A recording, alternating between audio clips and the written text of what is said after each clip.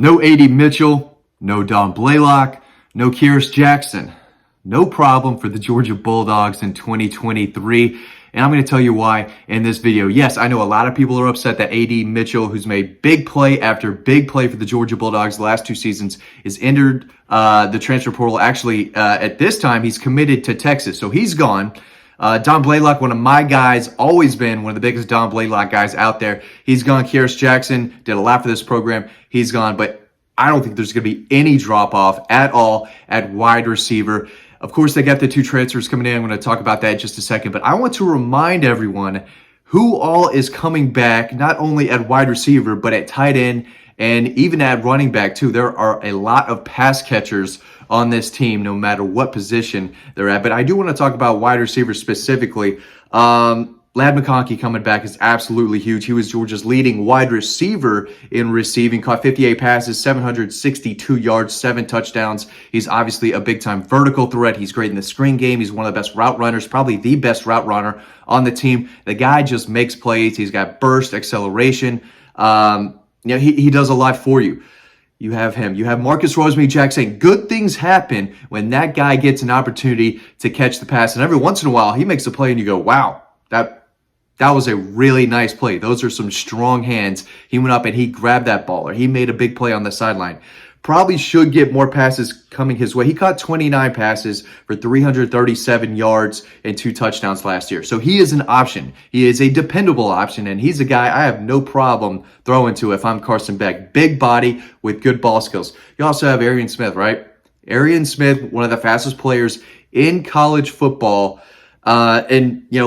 He could take the top off of any defense. We've seen that. Good things happen when he gets the ball. It doesn't happen a lot. Last year, battled some injuries still, but caught 7 passes for 198 yards, 1 big touchdown, averaged 23 yards per reception. So I wonder if he takes that next step and learns, to run some different routes to get open on his own instead of just running by everyone. But if you need a big play, you can always tell 11 to go out there, hey, run as fast as you can down the field, and we're going to try to get you the ball. And it's a big play waiting to happen anytime he's involved. Todd Monken obviously loves him and wanted to get him on the field as much as possible when the scenario approached itself, because he's deadly. He's coming back. Dylan Bell, true freshman, caught 20 passes last year, 180 yards, 3 touchdowns. So at wide receiver, they're going to be just fine. Tyler Williams, incoming freshman coming in, I like a lot. They still have Jackson Meeks, who's been in the program for a while. Denylon Morissette is looking to take that next step, catch some passes.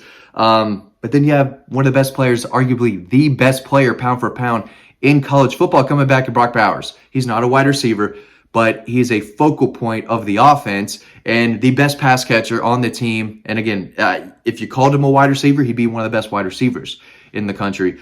Good things happen every single time they throw him the ball. So he's going to get his catches, right? A.D. Mitchell was going to be fighting for playing time with these guys. He really was. And I know he caught a touchdown pass in, each of the 4 college football playoff games the last 2 years. Obviously, the catch against Alabama, turning point in that game, will never be forgot, but it's not like he's irreplaceable. And they've got 2 guys coming in, Dom Lovett, Ra Thomas, who are big plays, guys who have experience. Dom Lovett caught 56 passes last year, 846, 3 touchdowns. Not a lot, but he is another guy who you can get the ball out to quickly. He's shifty. He can make plays after the catch, but they wanted him to get downfield as well. They made a lot of plays with him in that Missouri offense with Dom Lovett in single coverage down the field. Just, with the guy next to him, he's still making a play on the ball. He's got great hands. When you catch 56 passes, you're a go-to option. It just is what it is. You might not be the number one, and it depends on the offense as well, but he was as reliable as it gets for Missouri. He's coming in. He's ready to play. These guys aren't coming in to sit on the bench. So Ladd McConkey is going to get his touches. Brock Bowers obviously going to get his touches. Marcus Rosemary-Jackson deserves the ball to probably come his way a little bit more. Oscar Delp is going to make it more of an impact next year as well, with that as the number 2 tight end. And of course, you want to draw plays for Arian Smith as well. So there are guys, and then you bring in Ra Thomas, 6'2", 220. Sorry about that. Another guy who scores. You throw the ball up to him in single coverage down the field, you're going to like your chances. He goes up, he's got great ball control, makes a play on the football, contorts his body in a way he hangs up in the air. So he's a jump ball guy, one-on-one coverage. You're going to throw it, 20-yard kind of, fade to the corner of the end zone. He's a guy who more often than not is going to come down with the play. Averages 14 yards a catch. Great after the run. He's tough to bring down. If you can hit him in stride, he could pick up yards in a hurry. Just ask Auburn. I think he hit a slant on them, took it 15 yards after the catch, and looked like he was running away from him. He, kind of runs like a deer at 200 pounds. Tough to bring down. He's got a stiff arm too. So these are weapons that they're bringing in. Not only two of the best from the SEC out of the transfer portal, but two of the best in the country. Ra Thomas can play. And when they went into the portal, Georgia went after both of them pretty quick. So they've been committed to Georgia for a while. They've been on board. A.D. Mitchell would have been the cherry on top of this wide receiver room, but I think the staff knew early on, hey, he does have a daughter back in Texas. It could be a possibility that he leaves. Don Blaylock is running out of time. He had to go to a place where he's going to get more catches. I thought Marcus Rosemy, Jack Saint could have done the same. He would catch a lot of passes somewhere else, but he's a physical blocker on the perimeter too, so he's out there more than you think. Even though he only caught 20-something passes last year. But if you go back and watch him against Auburn, Alabama, Texas A&M, he was one of the best players on the field in each of those games, always making plays. So there's a reason Georgia went after him. So those two guys, obviously, coming in are going to play.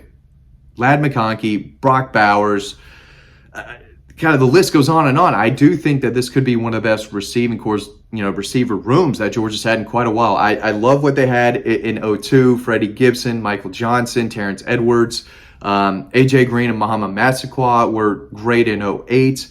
They've had some rooms where they were really, really good. 2017, I thought they had a really respectable wide receiver room. Mecole Hardman leading the way.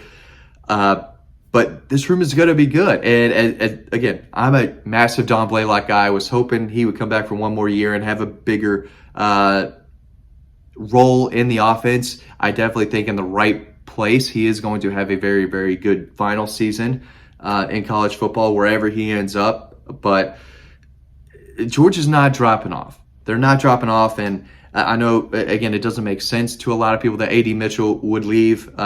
He was going to catch his passes too, but he was going to compete. It's not like he was going to lead the team in receiving and everyone. It wasn't like that was automatically going to happen. Is he better than Ladd McConkey? I think maybe a little bit when he's fully healthy, but again, he's got to be fully healthy at Texas, and I'm not sure that's going to happen. So, as